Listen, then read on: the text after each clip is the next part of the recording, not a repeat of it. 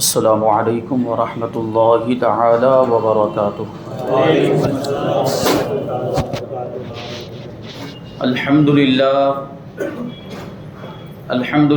رب العالمین والعاقبۃ للمتقین والصلاة والسلام علی سید الانبیاء والمرسلین وعلی آلہ واصحابہ اجمعین، اما بعد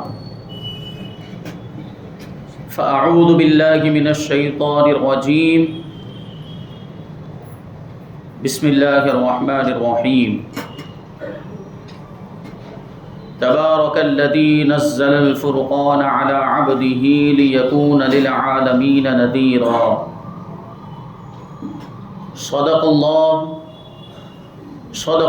مولانا العظیم وصدق رسولہ النبی الامین المتین الکریم،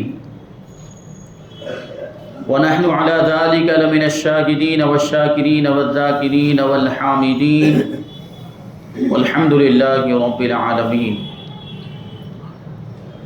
آئیے ہم اور آپ سب سے پہلے حضور سرور کائنات، فخر موجودات، باعث تخلیق کائنات، احمد مجتبی محمد مصطفیٰ صلی اللہ علیہ وسلم کی بارگاہ بے کس پناہ میں جھوم جھوم کر درود و سلام کا نذرانہ عقیدت پیش کریں اور پڑھیں، اللہم صلی علی سیدنا و مولانا محمد معدن الجود والکرم وآلہ الکرام وابنہ الکریم وبارک وسلم صلاۃ و سلاما علیک یا رسول اللہ صلی اللہ تعالی علیہ وسلم۔ عزیزان ملت اسلامیہ، گزشتہ جمعہ میں حضور پاک صلی اللہ علیہ وسلم کی رسالت عامہ کے بارے میں بیان کیا گیا، اور اس سے پہلے بھی ایک جمعہ میں اسی موضوع پر گفتگو ہوئی، اور گزشتہ جمعہ میں خاص طور پر یہ بیان کیا گیا کہ جانور نبی پاک صلی اللہ علیہ وسلم کو جانتے مانتے ہیں، آپ پر ایمان رکھتے ہیں، اور جانور بھی آپ سے محبت کرتے ہیں، بلکہ جانور بھی حضور پاک صلی اللہ علیہ وسلم کی بارگاہ میں اپنی شکایتیں لے کر آتے ہیں، فریاد کرتے ہیں، تو اللہ کے رسول صلی اللہ علیہ وسلم ان کی حاجت روائی فرماتے ہیں، ان کی فریاد رسی فرماتے ہیں، اور نبی کریم صلی اللہ علیہ وسلم ان کی بولیوں کو بھی جانتے ہیں، ان کی زبانوں کو سمجھتے ہیں، اور سمجھ کر اس کا جواب بھی عنایت فرماتے ہیں۔ ایسے کچھ واقعات میں نے بیان کیے تھے۔ اللہ کے رسول صلی اللہ علیہ وسلم ارشاد فرماتے ہیں، شفا شریف کے اندر قاضی عیاض رحمۃ اللہ تعالی علیہ نے اس حدیث پاک کو ذکر کیا، ما بین السماء والارض شیء الا یعلم انی رسول اللہ الا عاصی الجن والانس، کہ زمین و آسمان کے درمیان جتنی بھی چیزیں ہیں سب جانتی ہیں کہ میں اللہ کا رسول ہوں، سوائے جنات اور انسانوں میں جو نافرمان قسم کے افراد ہیں وہ نہیں مانتے، وہ میری رسالت کی گواہی نہیں دیتے، جبکہ مومن انسان اور مومن جنات اور ان کے علاوہ جتنی بھی مخلوقات ہیں سب اس بات کا اقرار اور اعتراف کرتی ہیں کہ محمد صلی اللہ علیہ وسلم اللہ کے رسول ہیں۔ پوری کائنات، ساری مخلوقات حضور پاک صلی اللہ علیہ وسلم کی رسالت کی گواہی دیتی ہیں۔ یہ شان ہمارے آقا حضور رحمت عالم صلی اللہ علیہ وسلم کی یہ مقام و مرتبہ، اور حضور پاک صلی اللہ علیہ وسلم کی شان جتنی بیان کی جائے اتنی کم ہے، جتنا حضور کا چرچا کیا جائے، جتنا حضور کا ذکر کیا جائے اتنا کم ہے، کیونکہ اللہ تبارک و تعالیٰ خود حضور کے ذکر کو بلند فرماتا ہے۔ یہ آج دشمن حضور پاک صلی اللہ علیہ وسلم کی شان میں گستاخیاں کر رہے ہیں، حضور کی شان کو گھٹانے کی کوشش کر رہے ہیں، لیکن یہ دھوکے میں ہیں، کیونکہ جن کی شان کو رب تبارک و تعالیٰ بڑھائے وہ گھٹانے سے گھٹنے والی نہیں ہے۔ اللہ تعالیٰ حضرت رضی اللہ تعالیٰ عنہ حضور پاک صلی اللہ علیہ وسلم کی شان میں یوں عرض کرتے ہیں، مٹ گئے مٹتے ہیں مٹ جائیں گے آدھا تیرے، مٹ گئے مٹتے ہیں مٹ جائیں گے آدھا تیرے، نہ مٹا ہے نہ مٹے گا کبھی چرچا تیرا۔ اور تو گھٹائے سے کسی کے نہ گھٹا ہے نہ گھٹے، تو گھٹائے سے کسی کے نہ گھٹا ہے نہ گھٹے، جب بڑھائے تجھے اللہ تعالیٰ تیرا۔ جب اللہ تبارک و تعالیٰ خود حضور کے ذکر کو بڑھا رہا ہے، جب خود اللہ تبارک و تعالیٰ حضور کا چرچا حضور کا ذکر کر رہا ہے، قرآن مجید کے اندر حضور کے چرچے موجود ہیں، تو یہ جو وسیم رضوی جیسے ملعون اور خبیث ہزاروں لاکھوں آ جائے، یہ ہزاروں لاکھوں کتابیں لکھ لے، لیکن حضور پاک صلی اللہ علیہ وسلم کی شان میں ایک دھبا نہیں لگا سکتے. لیکن یہ اپنے اعتبار سے کوششیں کر رہے ہیں. معاذ اللہ حضور کی شان میں ایسے ایسے الفاظ اور ایسے ایسے کلمات، ایسے ایسے جملے اس نے اپنی کتاب کے اندر لکھے ہیں کہ ہم اپنی زبان پر نہیں لا سکتے. تو ایمان والا ہونے کی حیثیت سے ہماری ذمہ داری بنتی ہے کہ اس کو دندان شکن جواب دیا جائے ایسے ملعون خبیث کو. کیونکہ جب حضور پاک صلی اللہ علیہ وسلم کی شان میں گستاخی کی جاتی، جب آپ کے اخلاق و کردار پر انگلی اٹھائی جاتی ہے، جب آپ کی سیرت طیبہ پر کیچڑ اچھالنے کی کوشش کی جاتی ہے، تو ایمان والا خاموش نہیں بیٹھتا ہے. ایمان والا بےتاب اور بے چین بے قرار ہو جایا کرتا ہے، اس کا خون کھولنے لگ جاتا ہے. کیونکہ یہ جو چیز ہے حضور پاک صلی اللہ علیہ وسلم کی شان میں گستاخی، یہ ایک مومن کے لیے قابل برداشت نہیں ہوا کرتی. تو یہ ملعون خبیث جو حضور پاک صلی اللہ علیہ وسلم کی شان میں مسلسل گستاخیاں کر رہا ہے اور حضور پاک صلی اللہ علیہ وسلم کی سیرت طیبہ پر اعتراض کرتے ہوئے اس نے کتاب محمد نام کی لکھی معاذ اللہ، اور اس میں ایسی ایسی باتیں لکھی، ایسے ایسے خرافات جو بالکل بھی واقعے سے تعلق نہیں رکھتی، بالکل جھوٹ باتیں حضور پاک صلی اللہ علیہ وسلم کی طرف منسوب کی، اور ایسے ایسے جملے کہ ہم اپنی زبان پر نہیں لا سکتے. اور معاذ اللہ اس کی گستاخی کے لیے اتنا ہی کافی تھا کہ اس کتاب کے ایڈیشن پر اس نے اپنے اعتبار سے حضور پاک صلی اللہ علیہ وسلم کی تصویر بنا کر پیش کی. حالانکہ ہمارے آقا کی کوئی تصویر ہو ہی نہیں سکتی، حضور کے جیسا کوئی انسان نہیں ہوتا اور حضور کے جیسی کوئی تصویر بھی نہیں بنا سکتا. کیونکہ حضور کو اللہ تبارک و تعالیٰ نے بے مثل اور بے مثال بنایا. آپ کا تو سایہ بھی نہیں ہے تو آپ کی تصویر کیسے ہو سکتی؟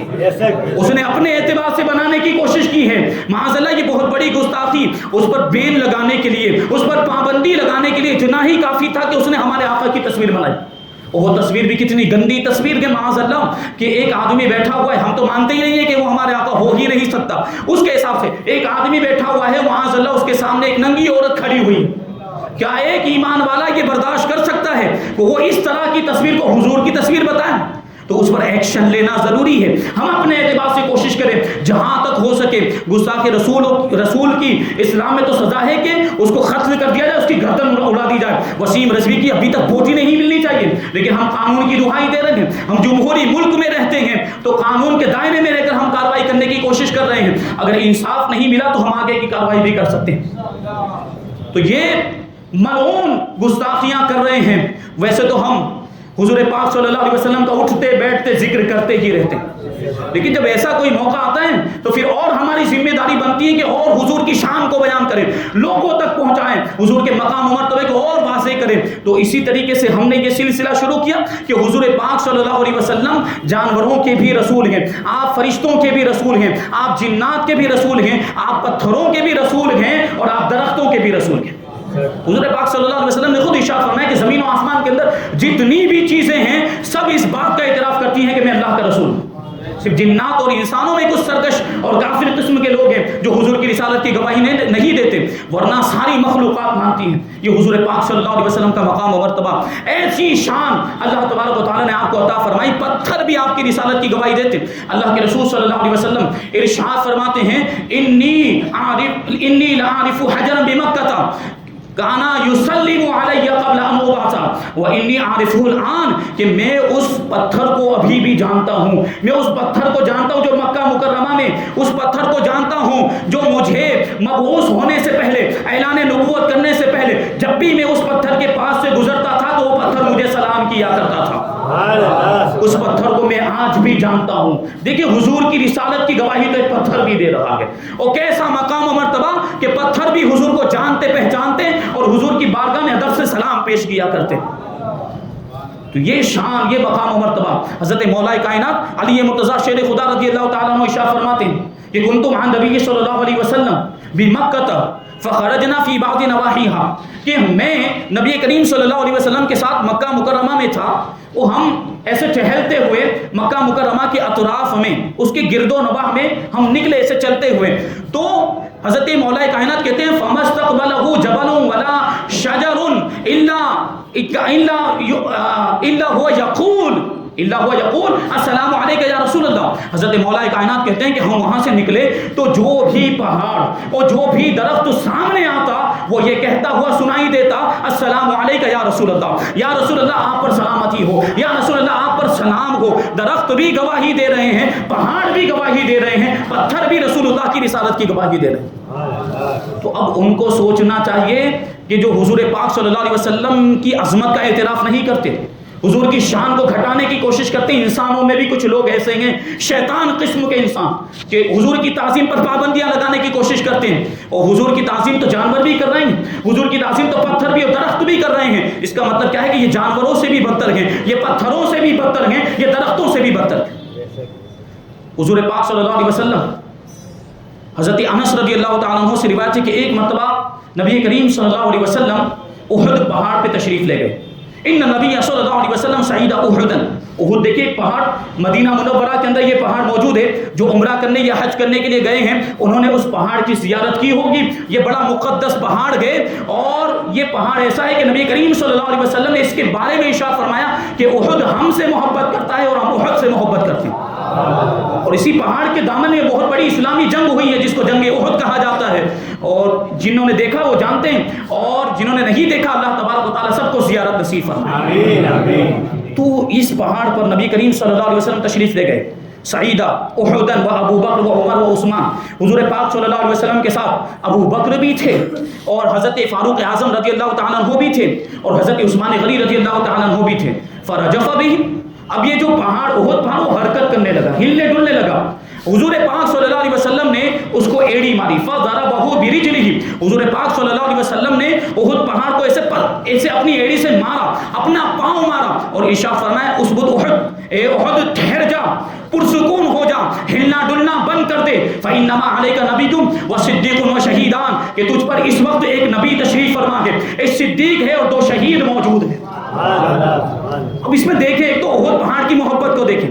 احد پہاڑ جو ہے وہ کیسی حضور پاک صلی اللہ علیہ وسلم سے محبت فرماتا ہے کہ جب حضور پاک صلی اللہ علیہ وسلم اس پر تشریف فرما ہوئے، جب حضور کی آمد ہوئی تو خوشی کی وجہ سے جھومنے لگ گیا، خوشی کی وجہ سے وہ ہلنے ڈلنے لگے. وہ گستاخی کی بنیاد پر ہل نہیں رہا تھا، وہ خوشی کی وجہ سے ہل رہا تھا. ہوتا ہے نا کہ جب بہت زیادہ خوشی ہوتی ہے تو انسانوں کے معاملات ہوتے ہیں، جانداروں کے معاملات وہ آپے سے باہر ہو جایا کرتے ہیں. تو دیکھیں وہ تو بے جان چیز ہے، وہ ایک پہاڑ ہے لیکن حضور کی تشریف آوری پر خوشی منا رہا ہے. اور اسی خوشی کی انتہا دیکھیں کہ وہ ہلنے لگ گیا. نبی پاک صلی اللہ علیہ وسلم نے جیسے ہی اس سے کہا کہ ابھی ہلنے کا موقع نہیں ہے بلکہ تجھے تو پرسکون ہو جانا چاہیے کیونکہ یہ وہ ہستیاں جو تیرے اوپر آج تشریف فرما ہوئی ہیں یہ تو وہ ہستیاں ہیں جن سے سکون حاصل ہوا کرتا ہے. تو وہ پہاڑ ٹھہر گیا. اعلیٰ حضرت امام احمد رضا صاحب اسی کو یوں تو کہتے ہیں کہ ایک ٹھوکر میں احد کا زلزلہ جاتا رہا، ایک ٹھوکر میں احد کا زلزلہ جاتا رہا. رکھتی ہیں کتنا وقار اللہ اکبر ایڑیاں، رکھتی ہیں کتنا وقار اللہ اکبر ایڑیاں. یہ حضور کی شان کہ ایک ایڑی مار دے تو ہلتا ہوا پہاڑ پرسکون ہو جائے. اب غور کرنے کا مقام ہے. اب اس سے علم غیب بھی تو ثابت ہو رہا ہے. حضور نے کیا ارشاد فرمایا؟ اے احد پہاڑ ٹھہر جا کہ تجھ پر ایک نبی تشریف فرما ہے، ایک صدیق ہے اور 2 شہید ہیں.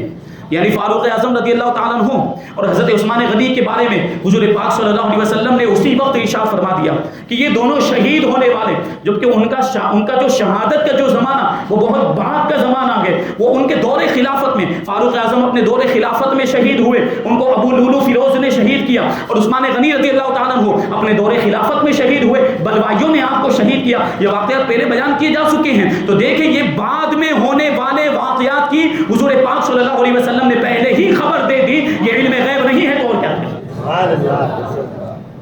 ایسی شان ہے ہمارے آقا حضور رحمت عالم صلی اللہ علیہ وسلم کی. اور الحمدللہ ہم اہل سنت و جماعت ہیں. ہمارے علماء نے، ہمارے بزرگوں نے ہمیں صحیح عقائد سکھائے ہیں اور صحیح چیزیں ہمیں بتائی ہیں کہ یہ ماننا اور یہ نہیں ماننا. ہم یقیناً اللہ کا شکر ادا کرتے ہیں کہ اللہ تبارک و تعالیٰ نے ہمیں اہل سنت و جماعت میں پیدا فرمایا. اللہ تبارک و تعالیٰ کا اس پر جتنا بھی شکر ادا کیا جائے اتنا کم ہے. تو کتنی فضیلت کی بات ہے کہ ہم حضور پاک صلی اللہ علیہ وسلم کو عالم غیب مانتے ہیں، غیب داں مانتے ہیں، غیب بتانے والا مانتے ہیں، غیب کی خبریں دینے والا مانتے ہیں. اور ہمارا یہ عقیدہ ہے، یہ قرآن و حدیث سے ثابت ہے. تو یہ دیکھیں وہ پہاڑ جو تھا وہ پہاڑ بھی حضور پاک صلی اللہ علیہ وسلم کی آمد کی خوشیاں منا رہا ہے، جبکہ کچھ لوگ ایسے ہیں کہ جو حضور کی آمد، جب حضور کی ولادت کا دن آتا ہے، جب میلاد مصطفیٰ کا دن آتا ہے تو ان کے منہ بگڑنے لگ جاتے، وہ اپنے گھروں میں جا کر بیٹھ جاتے، باہر بھی نہیں نکلتے کہ کہیں جلوس میں ان کو شامل نہ سمجھ لیا جائے۔ حضور پاک صلی اللہ علیہ وسلم کی محبت میں جو جلوس نکلتا ہے، عید میلاد النبی کا جلوس، تو وہ اپنے گھروں میں بیٹھے ہوئے ہوتے ہیں۔ ایسے بدبخت قسم کے لوگ، اب ان کو غور کرنا چاہیے کہ ایک پہاڑ حضور کی آمد پر خوشی منا رہا ہے، جب حضور اس کے اوپر تشریف فرما ہوئے تو خوشی میں جھومنے لگا، تو انسان کیوں نہ خوشی منائے؟ انسان تو اشرف المخلوقات ہے۔ اب ان کو غور کرنا چاہیے کہ وہ کس کیٹیگری میں ہیں۔ وہ تو پہاڑ سے بھی بدتر ہو گئے، وہ تو پتھروں سے بھی بدتر ہو گئے۔ پتھر خوشی منا رہا ہے، وہ خوشی نہیں منا رہے ہیں، اس کا مطلب یہ ہے کہ وہ پہاڑ سے اور پتھروں سے بھی بدتر ہیں۔ ہم تو اہل سنت و جماعت ہیں۔ اللہ تبارک و تعالیٰ نے حضور کی محبت سے ہمارے دلوں کو منور فرمایا ہے۔ بڑی عظمت والی چیز ہے، کیونکہ حضور پاک صلی اللہ علیہ وسلم کی محبت ہی نجات کا ذریعہ ہے۔ حضور کی محبت نہیں ہے تو جتنے بھی اعمال کر لیں، جتنی بھی نمازیں پڑھ لیں، جتنی بھی روزے رکھ لیں، جتنے بھی روزے رکھ لیں، جتنی بھی نیکیاں کر لیں، سب ان کے منہ پہ مار دی جائیں گے۔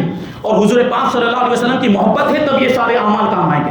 اب اس کا یہ مطلب نہیں کہ صرف محبت کے دعوے کرتے رہیں اور نمازیں نہ پڑھیں، روزے نہ رکھیں، نیک کام نہ کریں اور گناہوں میں مبتلا رہیں، اس کا ہرگز یہ مطلب نہیں، اور نہ ہی علماء یہ تعلیم دیتے۔ اب یہ کوئی یہ دعوے کر سکتا ہے کہ ہم تو حضور سے محبت کرتے ہیں، یہی نجات کا ذریعہ ہے، تو اب نماز پڑھنے کی کیا ضرورت ہے، اب روزے رکھنے کی کیا ضرورت ہے، اب نیک کام کرنے کی کیا ضرورت؟ اگر ان ساری چیزوں کی ضرورت نہ ہوتی تو حضور پاک صلی اللہ علیہ وسلم خود نماز نہ پڑھتے۔ اگر ان ساری چیزوں کی ضرورت نہ ہوتی تو حضور پاک صلی اللہ علیہ وسلم خود روزہ نہ رکھتے۔ صحابہ کرام نے روزے رکھے، صحابہ کرام نے نمازوں کی پابندی کی، صحابہ کرام نے نیکیوں کے کام کیے ہیں، صدقات و خیرات کیا، زکوٰۃ ادا کی، حج کرتے رہے۔ بزرگان دین کی زندگیوں کا ہم جائزہ لیں، اولیاء کرام کی زندگیوں کا جائزہ لیں۔ اگر یہ ساری چیزیں ضروری نہ ہوتی تو یہ بزرگان دین اس پر عمل نہ کرتے۔ اس کا مطلب کیا ہے؟ اہل سنت و جماعت کی پہچان محبت رسول ہے، لیکن ساتھ ہی ساتھ اس کے تقاضوں کو بھی پورا کرنا ہے۔ نمازوں کی پابندی بھی کریں گے، روزے بھی رکھیں گے، نیک کام بھی کریں گے، برائیوں سے بچیں گے۔ اگر زکوٰۃ واجب ہو گئی تو پابندی کے ساتھ پورا حساب لگا کر زکوٰۃ بھی ادا کریں گے۔ اگر استطاعت ہے، طاقت ہے تو حج بھی کریں گے، عمرہ بھی کریں گے۔ اللہ تبارک و تعالی ہم سب کو توفیق عطا فرمائے حضور پاک صلی اللہ علیہ وسلم کے صدقے میں۔ تو یہ دیکھیں یہ مقام و مرتبہ حضور پاک صلی اللہ علیہ وسلم کا۔ حضرت ابن عمر رضی اللہ تعالیٰ عنہ بیان کرتے کہ نبی کریم صلی اللہ علیہ وسلم کے ساتھ ہم ایک سفر میں تھے، فاقبل اعرابی، تو سامنے سے ایک اعرابی آیا، ایک دیہاتی آیا، تو اللہ کے رسول صلی اللہ علیہ وسلم نے پوچھا این ترید، کہاں کا ارادہ ہے، کہاں جا رہے ہو؟ تو اس نے کہا الی اہلی، اپنے گھر کی طرف جا رہا ہوں۔ تو نبی کریم صلی اللہ علیہ وسلم نے ارشاد فرمایا کہ هل لک فی خیر، کیا بھلائی، ایک بہت عظیم بھلائی کے اندر تجھے رغبت ہے، کیا میں ایک بھلائی کی تجھے رہنمائی نہ کروں؟ تو اس اعرابی نے کہا ما ہوا، وہ بھلائی کیا ہے؟ تو اللہ کے رسول صلی اللہ علیہ وسلم نے ارشاد فرمایا تشہد ان لا الہ الا اللہ وحدہ لا شریک لہ وان محمدا عبدہ ورسولہ، وہ بھلائی یہ ہے کہ تو اس بات کی گواہی دے اللہ کے سوا کوئی معبود نہیں، وہ تنہا ہے، اس کا کوئی شریک نہیں، اور یہ کہ محمد صلی اللہ علیہ وسلم اس کے بندے اور اس کے رسول ہیں۔ تو اب وہ دیہاتی کہنے لگا کہ میں یشہد علی ما تقول، یا دوسری روایت ہے کہ حل من شاہد علی ما تقول، جو آپ کہہ رہے ہیں کیا اس پر کوئی گواہ بھی ہے؟ آپ جو کہہ رہے ہیں اس پر کوئی گواہی دینے والا ہے؟ تو نبی کریم صلی اللہ علیہ وسلم نے ارشاد فرمایا ہاں ہذہ سمرہ، یہ جو ببول کا درخت ہے، یہ جو کیکر کا درخت ہے، وہ میری رسالت کی گواہی دے گا۔ فدعاها رسول اللہ صلی اللہ علیہ وسلم، اس درخت کو اللہ کے رسول صلی اللہ علیہ وسلم نے بلایا، فاقبلت تخض الارض، تو زمین کو چیرتے ہوئے وہ آیا، نبی کریم صلی اللہ علیہ وسلم کے سامنے آ کر وہ کھڑا ہو گیا۔ فاستشهدها ثلاثا، نبی کریم صلی اللہ علیہ وسلم نے 3 مرتبہ اس سے گواہی لی، 3 مرتبہ اس درخت نے گواہی دی کہ حضور پاک صلی اللہ علیہ وسلم ویسے ہی ہیں جیسے آپ نے ارشاد فرمایا ہے، آپ کا معاملہ وہی ہے جو آپ نے ارشاد فرمایا۔ پھر وہ اپنی اگنے کی جگہ، اپنی جمنے کی جگہ پر واپس لوٹ گیا۔ حضور کا اشارہ پانے کے بعد، یہ دیکھنے کے بعد، وہ اعرابی جو تھا وہ کلمہ پڑھ کے مسلمان ہو گیا، کیونکہ اس نے ایک درخت کو آتے ہوئے دیکھا، زمین کو چیرتے ہوئے آیا، وہ زمین کو چیر کر آیا اور حضور کی رسالت کی گواہی دی۔ اس نے تو اپنی نگاہوں سے دیکھا تھا، تو کلمہ پڑھنا تو بنتا ہی تھا، وہ کلمہ پڑھ کے مسلمان ہو گیا۔ اور صرف اتنا ہی نہیں بلکہ حضور کی بارگاہ میں عرض کرتا ہے یا رسول اللہ، میں اپنی قوم کی طرف جاؤں گا اور ان کو اسلام کی دعوت دوں گا، اگر وہ میری بات مان لیتے ہیں تو ان سب کو آپ کی بارگاہ میں لے کر آؤں گا، اور اگر وہ میری بات نہیں مانتے تو میں اکیلا آؤں گا اور ہمیشہ آپ کا ساتھ ہی رکھوں، آپ کے ساتھ میں ہی رہوں گا اور آپ کی صحبت اختیار کروں گا۔ تو درخت بھی حضور پاک صلی اللہ علیہ وسلم کی شان کو سمجھتے اور حضور پاک صلی اللہ علیہ وسلم کی رسالت کی گواہی دیا کرتے۔ یہ شان، یہ مقام و مرتبہ۔ حضرت ابو موسیٰ اشعری رضی اللہ تعالیٰ عنہ سے روایت ہے کہ ابو طالب ملک شام کی طرف تجارت کے لیے سفر کرتے ہوئے گئے۔ اس سفر کے اندر قریش کے بڑے بڑے سردار بھی موجود تھے اور حضور پاک صلی اللہ علیہ وسلم بھی موجود۔ بچپن کا عالم، تقریباً 12 سال کی عمر ہوگی حضور صلی اللہ علیہ وسلم کی۔ اب یہ جو سفر، جو ملک شام کا جو سفر کرتے تھے عرب کے لوگ، تو اکثر و بیشتر ان کی جگہیں فکس ہوا کرتی تھی، متعین ہوا کرتی کہ کہاں رکنا ہے، کہاں ٹھہرنا ہے، کہاں پڑاؤ کرنا ہے۔ تو ان لوگوں نے بحیرہ راہب کے گرجے کے سامنے پڑاؤ کیا، اس کے قریب وہاں پر یہ اترے۔ اب وہ جو بحیرہ راہب تھا، جو پرانی قوموں کے اندر یہ جو پادری ہوا کرتے تھے اور ان کے مذہبی رہنما ہوا کرتے، ان کو راہب کہا جاتا تھا، تو وہ راہب ان لوگوں کے قریب آئے۔ جبکہ اس سے پہلے کا معاملہ یہ تھا کہ پہلے بھی سفر کیا کرتے تھے، لیکن کبھی وہ راہب، بحیرہ راہب ملاقات کے لیے نہیں آتا تھا۔ لیکن اس مرتبہ جب ان لوگوں نے، قریش کے قافلے نے جب اپنے سامان کو اتارا، جب کجاووں کو اتارا، جب اپنے بوجھ کو اتارا جانوروں سے اور وہاں پر قیام کیا، تو یہ بحیرہ راہب جو تھا وہ ان کے پاس آیا اور اس قافلے کے اندر، چونکہ رسول اللہ صلی اللہ علیہ وسلم بھی موجود تھے، اس راہب نے، بحیرہ پادری نے حضور پاک صلی اللہ علیہ وسلم کا ہاتھ پکڑا اور ہاتھ پکڑنے کے بعد کہتا ہے ہذا سید العالمین، ہذا رسول رب العالمین یبعثہ رحمۃ للعالمین، کہ یہ سارے جہان والوں کا سردار ہے، یہ جو بچہ ہے یہ رب العالمین کا رسول ہے اور اللہ تبارک و تعالیٰ اسے سارے جہانوں کے لیے رحمت بنا کر مبعوث فرمائے گا۔ فقال له اشیاخ من قریش، جب قریش کے سرداروں نے سنا تو قریش کے سردار اس سے کہنے لگے کہ ما علمک، یہ بات تجھے کیسے معلوم ہوئی؟ یہ تو اس بچے کے بارے میں جو کہہ رہا ہے کہ یہ اللہ کا رسول ہے اور اس کو اللہ تبارک و تعالیٰ رحمت للعالمین بنا کر مبعوث فرمائے گا، تو یہ کیسے تو نے جانا؟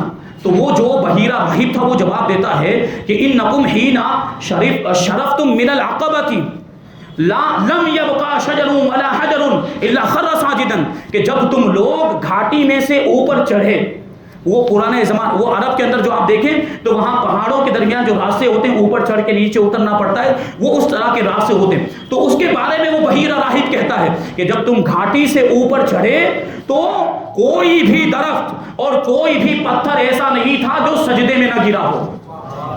جو بھی پتھر راستے میں آ رہا تھا وہ سجدہ کیے جا رہا تھا، اور جو بھی درخت راستے میں آ رہے تھے وہ سب سجدہ کیے جا رہے تھے۔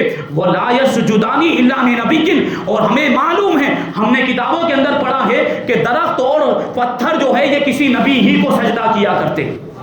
اس کا مطلب یہ ہے کہ یہ درخت اور پتھر جس کو سجدہ کر رہے ہیں وہ اللہ کا نبی ہے۔ وَإِنِّي عَارِفُهُ بِخَاتِمِ النُّبُوَّةِ، اور میں تو ان کو وہ مہر نبوت کے ذریعے سے جانتا ہوں۔ اس نے حضور پاک صلی اللہ علیہ وسلم کی پشت مبارک پر خاتم نبوت، ختم نبوت اور مہر نبوت کو دیکھ لیا تھا، جو حضور کے دونوں شانوں کے درمیان مہر نبوت تھی، جس میں لکھا ہوا تھا محمد رسول اللہ، محمد اللہ کے رسول ہیں۔ تو اس پادری نے پہچان لیا تھا کہ یہ اللہ کے رسول ہیں، اسی لیے تو اس نے گواہی دی تھی کہ یہ سارے جہان والوں کے سردار ہیں، یہ رب العالمین کے رسول ہیں، اور ان قریب اللہ تبارک و تعالیٰ ان کو رحمت للعالمین بنا کے مبعوث فرمائے۔ اب کیا ہوا؟ وہ راہب واپس گیا ان لوگوں کے لیے کھانا تیار کرنے کے لیے۔ وہ کھانا لے کر واپس آیا تو اللہ کے رسول صلی اللہ علیہ وسلم اونٹوں کو چرا رہے تھے، جو اونٹ قافلے میں تھے ان اونٹوں کو چرا رہے تھے۔ تو راہب نے حضور پاک صلی اللہ علیہ وسلم کو بلایا کہ ان کو بلائیے۔ اب جب نبی کریم صلی اللہ علیہ وسلم وہاں سے تشریف لانے لگے، وہ راویوں کا بیان، حضرت ابو موسیٰ اشعری کہتے ہیں کہ حضور پاک صلی اللہ علیہ وسلم وہ اونٹوں کے چرانے کی جگہ سے جب بحیرہ راہب کے قریب آنے لگے تو معاملہ یہ تھا، حالت یہ تھی کہ ایک بادل مسلسل آپ پر سایہ کیے ہوئے تھا۔ جہاں جہاں حضور جا رہے تھے وہ بادل بھی حضور کے ساتھ جا رہا تھا اور حضور پر سایہ کر رہا تھا، حضور پر دھوپ بھی نہیں پڑنے دے رہا تھا۔ بچپن کا عالم، یہ شان، یہ مقام و مرتبہ۔ اب جب حضور پاک صلی اللہ علیہ وسلم قریب آئے تو دیکھا کہ جو قافلے کے لوگ تھے، قریش کے جو لوگ تھے، وہ سبقت کرتے ہوئے پہلے ہی جا کر ایک درخت کے سائے میں بیٹھ گئے تھے، کھانے کا انتظار کر رہے تھے، اور ایک درخت کے سائے میں جا کر وہ لوگ بیٹھ گئے۔ اب ایسی کوئی جگہ نہیں بچی تھی جہاں درخت کا سایہ پڑ رہا ہو، تو نبی کریم صلی اللہ علیہ وسلم دھوپ میں ہی بیٹھ گئے۔ اب شان دیکھیں، جیسے ہی نبی کریم صلی اللہ علیہ وسلم دھوپ میں بیٹھے، وہ درخت کا جو سایہ تھا وہ حضور کی طرف مائل ہو گیا۔ درخت نے اپنی اپنی شاخوں کو حضور کی طرف مائل کر دیا اور حضور پر وہ درخت سایہ کرنے لگ گیا۔ اب وہ جو راہب تھا، وہ پادری تھا، وہ قریش کے قافلوں کو کہنے لگا، قافلے کے لوگوں سے کہنے لگا کہ انظروا الی فیء الشجرۃ مال علیہ، کہ درخت کے سائے کو دیکھو کہ ان پر جھک گیا ہے اور ان کی طرف مائل ہو گیا، ان کا متولی کون ہے، ان کا ولی کون ہے، ان کا ذمہ دار کون ہے؟ لوگوں نے جواب دیا کہ ابو طالب ان کے متولی ہیں۔ تو وہ جو راہب تھا وہ ابو طالب سے کہنے لگا کہ اس کو یہیں سے واپس لے کر چلے جائیں، یہ اللہ کے رسول ہیں، کہیں آگے آپ لے کر گئے اور لوگوں کو پتہ چل گیا، کیونکہ بہت سے لوگ ان کے دشمن ہو چکے، سب کو معلوم تھا، حضور کی علامتوں اور نشانیوں سے جانتے تھے کہ نبی آخر الزمان مبعوث ہونے والے۔ بہت سے لوگ پہلے ہی سے تیاری کر کے بیٹھے ہوئے تھے کہ وہ آئیں تو ہم ان کے دشمن ہو جائیں اور ان کا مقابلہ کریں، ان سے جنگ کریں، تو کہیں وہ لوگوں کو پتہ چل گیا تو ان کو کچھ نقصان نہ پہنچا دے، لہٰذا آپ ان کو یہاں سے واپس لے کر چلے جائیں۔ بات یہ ہے کہ حضور پاک صلی اللہ علیہ وسلم کی بارگاہ میں درخت بھی سجدہ کیا کرتے ہیں اور پتھر بھی سجدہ کیا کرتے ہیں، اور درخت آپ پر سایہ کر دیا کرتا ہے، بلکہ بادل بھی آپ پر سایہ کیا کرتے ہیں۔ یہ شان، یہ مقام و مرتبہ، ایسے نبی، ایسے عظمت والے نبی، ایسی شان والے نبی، ایسے مقام و مرتبے والے نبی کی شان میں یہ مردود گستاخیاں کرتے، اور نام مسلمان کا رکھا ہوا ہے مردود نے، وسیم رضوی مسلمان کا نام رکھا ہوا، جبکہ یہ شیعہ گروپ سے اس کا تعلق ہے، شیعہ فرقے سے اس کا تعلق ہے، اور اس شیعہ فرقے کے لوگوں نے بھی اس کا بائیکاٹ کیا ہوا ہے اور نعرے لگا چکے کہ مرتد ہے، مرتد ہے، اسلام سے اس کا کوئی تعلق نہیں، بلکہ وہ مردود خود بول چکا ہے کہ میں مر جاؤں تو مجھے دفنایا نہ جائے بلکہ مجھے جلایا جائے، اور اس کی یہی سزا ہے کہ وہ دنیا میں بھی جلے گا اور آخرت میں ہمیشہ کے لیے جہنم میں جلتا رہے گا۔ جو حضور کی شان میں گستاخی کرے اس کا انجام یہی ہوتا ہے، دنیا میں بھی اب اس کو خود اس کے الفاظ سے دیکھیں آپ، دنیا میں بھی اس کو سزا ملے گی کہ اس کے جسم کو جلایا جائے گا اور آخرت میں ہمیشہ کے لیے جہنم میں جلتا رہے گا۔ مردود خبیث، اللہ تبارک و تعالیٰ ایسے لوگوں کو ہلاک و برباد فرمائے، ایسے لوگوں کا منہ کالا فرمائے۔ تو یہ شان، یہ مقام و مرتبہ ہمارے آقا حضور رحمت عالم صلی اللہ علیہ وسلم کا، ایسی شان اللہ تبارک و تعالیٰ نے حضور کو عطا فرمائی۔ کیسے واقعات ہیں آپ دیکھتے ہوئے چلیں۔ ایک واقعہ حضرت جابر بن عبداللہ رضی اللہ تعالیٰ عنہ بیان کرتے ہیں کہ کان نبی صلی اللہ علیہ وسلم اذا خطب استند الى جذع نخلۃ، کہ نبی کریم صلی اللہ علیہ وسلم جب خطبہ ارشاد فرماتے تو مسجد نبوی کے ستونوں میں ایک ستون تھا جو کھجور کے تنے کا بنا ہوا تھا، کھجور کا جو درخت اس کا جو تنا ہوتا ہے اس سے بنا ہوا تھا۔ تو نبی کریم صلی اللہ علیہ وسلم جب خطبہ ارشاد فرماتے تو اس سے ٹیک لگا کے، اس ستون سے، اس کھجور کے تنے سے ٹیک لگا کے خطبہ ارشاد فرماتے۔ دیکھیے یہ کھجور کا تنا جب اس کو جڑ سے اکھاڑ لیا جائے تو جان نہیں رہتی اس میں، پھر وہ بڑھتا نہیں ہے، بڑھنے کی قوت ختم ہو جاتی، پھر اس میں پتے نہیں نکلتے، اس میں پھل نہیں نکلتے، گویا کہ بے جان ہے، لیکن وہ بھی حضور پاک صلی اللہ علیہ وسلم سے کیسی محبت کرتا ہے۔ ملاحظہ فرمائیں کہ رسول اللہ صلی اللہ علیہ وسلم جب خطبہ ارشاد فرماتے تو اس کھجور کے تنے سے ٹیک لگا کر، اس کا سہارا لے کر خطبہ ارشاد فرماتے۔ راوی فرماتے فلما سمع له المنبر فاستوى علیہ، جب نبی کریم صلی اللہ علیہ وسلم کے لیے ممبر بنا دیا گیا، پہلے ممبر نہیں تھا، جب نبی کریم صلی اللہ علیہ وسلم کے لیے ممبر بنا دیا گیا تو حضور صلی اللہ علیہ وسلم اس پر تشریف فرما ہوئے، ممبر پر تشریف فرما ہوئے۔ اب اس تنے کی ٹیک آپ نے نہیں لگائی، اس تنے کا، کھجور کے تنے کا سہارا آپ نے نہیں لیا، اس ستون کا سہارا آپ نے نہیں لیا، تو کیا ہوا؟ فصاحت یخطب عندها فصاحت النخلۃ یخطب عندها، تو وہ جو کھجور کا تنا تھا وہ زور زور سے چیخیں مار مار کر رونے لگا، جس کے پاس نبی کریم صلی اللہ علیہ وسلم کھڑے ہو کر خطبہ ارشاد فرمایا کرتے تھے۔ حتی کادت ان تشق، یہاں تک کہ ایسا معلوم ہوتا تھا کہ یہ غم کی وجہ سے پھٹ جائے گا، پارا پارا ہو جائے گا، ٹکڑے ٹکڑے ہو جائے گا۔ ایک بے جان درخت کا تنا حضور کی محبت میں رو رہا ہے، حضور کی محبت میں چیخ رہا ہے، وہ چلا رہا ہے۔ اب کیا ہوا؟ جب نبی کریم صلی اللہ علیہ وسلم نے اس کے رونے کی آواز سنی، بلکہ جتنے بھی موجود تھے صحابہ کرام سب نے اس کے رونے کی آواز سنی، فنزل رسول اللہ صلی اللہ علیہ وسلم، اللہ کے رسول صلی اللہ علیہ وسلم ممبر سے نیچے تشریف لائے، حتی اخذها، یہاں تک کہ اس تنے کو پکڑا اور گلے لگا دیا، اس تنے کو، کھجور کے تنے کو گلے سے لگا لیا، حتی تئنا انین الصبی الذی یسکت، یہاں تک کہ وہ آہیں بھرنے لگا، وہ جو کھجور کا تنا تھا وہ سسکیاں لینے لگا، جیسے کوئی چھوٹا سا بچہ ہو وہ کیسے آہیں بھرتا ہے، وہ کیسے سسکیاں لیتا ہے، جس کو سکون دیا جائے، جس کو خاموش کرنے کی کوشش کی جائے، روتا ہو اور پھر اس کو تھپکیاں دی جائے تو وہ کیسے آہیں بھرتا ہے، بالکل اس انداز میں وہ کھجور کا تنا جو تھا وہ آہیں بھرنے لگا، اور اس کے بعد وہ پرسکون ہو گیا، اس کا رونا بند ہو گیا۔ اور راوی آگے بیان کرتے ہیں کہ اللہ کے رسول صلی اللہ علیہ وسلم نے اس تنے سے ارشاد فرمایا کہ اگر تو چاہے تو تجھے تیرے باغ میں لگا دیا جائے، پھر تجھ پر پھل بھی آ جائیں، تجھ پر پتے بھی آ جائیں اور تجھ پر میوے بھی اگنے لگ جائیں، یا اگر تو چاہے تو تجھے جنت میں بھیج دیا جائے، تجھے جنت میں لگا دیا جائے، تاکہ جو اللہ تبارک و تعالیٰ کے نیک بندے جو جنت میں جائیں گے وہ تیرا میوہ کھائیں گے۔ اور حضور پاک صلی اللہ علیہ وسلم نے اس تنے کی طرف اپنا کان مبارک کر دیا۔ اب وہ تنا جواب دیتا ہے، یا رسول اللہ صلی اللہ علیہ وسلم مجھے جنت میں لگا دیں، مجھے جنت میں بھیج دیں، تاکہ میں وہاں پر میرا درخت جب تیار ہو مجھ میں میوے لگیں تو اللہ کے نیک بندے ان میووں کو کھا سکیں، ان پھلوں کو کھا سکیں۔ میں دنیا میں نہیں رہنا چاہتا، میں یہ فانی دنیا میں نہیں رہنا چاہتا، میں جو باقی دنیا ہے جو ہمیشہ رہنے والی ہے وہاں پر جانا چاہتا ہوں، تاکہ میں فنا ہونے سے بچ جاؤں، تاکہ میں پرانا ہونے سے بچ جاؤں۔ اب اللہ کے رسول صلی اللہ علیہ وسلم نے صحابہ کرام سے ارشاد فرمایا، اس کی یہ گفتگو جو تھی وہ تمام صحابہ کرام جو اس وقت موجود تھے سب نے سنی۔ اللہ کے رسول صلی اللہ علیہ وسلم نے ارشاد فرمایا کہ دیکھو اس درخت کے تنے کو کہ اس نے عالم بقا کو عالم فنا پر ترجیح دی ہے، دنیا کے بدلے میں اس نے جنت کو اختیار کیا۔ درخت بھی جانتا ہے کہ جنت کی نعمتیں وہ حقیقی نعمتیں ہیں، دنیا کی نعمتیں ختم ہو جائے گی، بلکہ دنیا خود ایک دن فنا ہو جائے گی، دنیا ہمیشہ باقی رہنے والی نہیں ہے، تو اس نے ہمیشہ باقی رہنے والی جنت کو اختیار کیا۔ تو درخت سے بھی ہمیں سبق حاصل کرنا چاہیے۔ ایک درخت ہمیں جو ہے کہ سکھا رہا ہے کہ اس دنیا پر ہمیں بھروسہ نہیں کرنا چاہیے، اس دنیا کی نعمتوں میں مست ہو کر خدا کی یاد سے غافل نہیں ہونا چاہیے، بلکہ آخرت کو ہمیشہ اپنے پیش نظر رکھنا چاہیے، کیونکہ وہی زندگی ہمیشہ کی زندگی ہے۔ امام حسن بصری رضی اللہ تعالیٰ عنہ روتے ہوئے ارشاد فرماتے ہیں کہ دیکھو جب ایک درخت کا تنا حضور پاک صلی اللہ علیہ وسلم کی یاد میں روتا ہے، حضور کی محبت میں روتا ہے، ہم تو انسان ہیں، ہمیں حضور کی یاد میں کتنا رونا چاہیے۔ یقیناً حضور کے دیدار کا ہمیں شوق ہونا چاہیے، کیونکہ ہم حضور پاک صلی اللہ علیہ وسلم سے جیسی محبت کرتے ہیں کسی اور سے ویسی محبت ہم نہیں کرتے، تو جس سے محبت ہو اس کے دیدار کا شوق ہوتا ہے۔ اللہ تبارک و تعالی ہم سب کو حضور پاک صلی اللہ علیہ وسلم کا دیدار نصیب فرمائے۔ ایک آخری واقعہ عرض کر دوں، ایک اعرابی نبی پاک صلی اللہ علیہ وسلم کی بارگاہ میں حاضر ہوا، ایک دیہاتی بادیہ نشین جو تھا وہ حضور کی بارگاہ میں حاضر ہوا، حاضر ہونے کے بعد کہنے لگا کہ بیما عارف انک نبی، میں کیسے جانوں کہ آپ اللہ کے نبی ہیں، مجھے کیسے پتا چلے کہ آپ اللہ کے رسول ہیں؟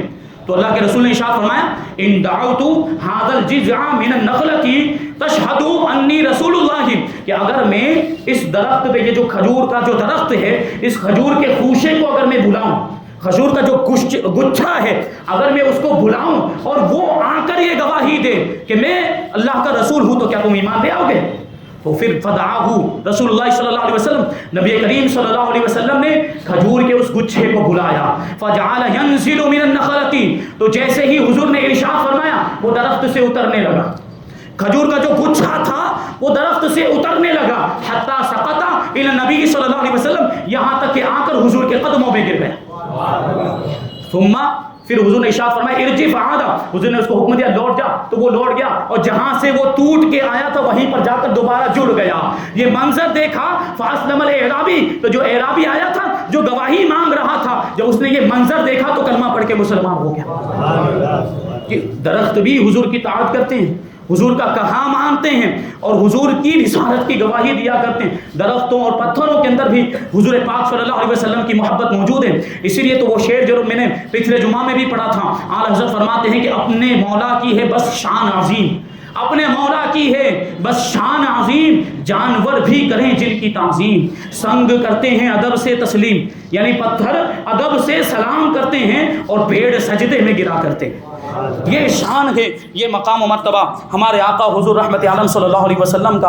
حضور کی شان جتنی بھی بیان کی جائے اتنی کم ہے، گاہے بگاہے جب بھی موقع ملے گا ہم اپنے اعتبار سے حضور پاک صلی اللہ علیہ وسلم کا ذکر کرتے ہی رہیں گے، حضور کی شان بیان کرتے رہیں گے، حضور کا مقام و مرتبہ بیان کرتے ہی رہیں گے، حضور کا ذکر اور زیادہ کریں گے۔ جتنا یہ لوگ حضور کے ذکر کو دبانے کی کوشش کریں گے ہم اتنا ہی زیادہ حضور کا چرچا کریں گے، بولو کریں گے انشاءاللہ۔ ہم اپنے اعتبار سے کوشش کریں تھے کہ ہماری ذمہ داری تاریخ بیان کرنا ہے تو ہم بیان کے ذریعے حضور کا تذکرہ کرتے ہیں. کچھ لوگ ہوتے ہیں جو نعتیں پڑھتے ہیں، جن کی آواز اچھی ہوتی ہے تو وہ نعتوں کے ذریعے حضور کا تذکرہ کرتے ہیں. اب ہم عوام میں سے ہیں تو ہم اپنے اعتبار سے حضور کا تذکرہ کریں. اپنی محفلوں کے اندر دوست یار بیٹھے ہوئے ہیں، رشتہ داروں کے درمیان بیٹھے ہوئے، کسی تقریب کے اندر گئے، شادی کی محفل کے اندر گئے یا کسی اور محفل کے اندر گئے تو وہاں بھی حضور کا چرچا کریں، وہاں بھی حضور کا ذکر کریں، کیونکہ یہ حضور پاک صلی اللہ علیہ وسلم کا ذکر کرنا اللہ تبارک و تعالیٰ کی سنت ہے.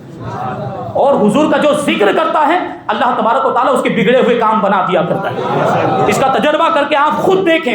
اگر کوئی مصیبت آئی ہے، اگر کوئی پریشانی آئی ہے تو ادھر ادھر نہ بھاگیں، اللہ کے رسول کا ذکر کریں، حضور کا چرچا کریں، حضور کی میلاد کی محفل منعقد کریں، پھر دیکھیں کیسے بگڑے ہوئے کام بن جاتے ہیں. اللہ تبارک و تعالیٰ ایسے بہت سے لوگ ہیں جن کی بگڑی اللہ تبارک و تعالیٰ نے بنائی ہے حضور کے ذکر کے صدقے میں، محفل میلاد کے صدقے میں. تو حضور کا ہم پر کتنا بڑا احسان ہے کہ ایمان کی دولت حضور کی ذات کے ذریعے سے ہمیں ملی ہے، تو حضور کا ذکر بھی ہمیں کتنا کرنا چاہیے. اسی وجہ سے تو سنیوں کا طریقہ کہ کوئی بھی موقع ہوتا ہے، چاہے خوشی کا موقع ہو چاہے غمی کا موقع ہو، ہم میلاد مصطفیٰ کی محفلیں منعقد کرتے ہیں.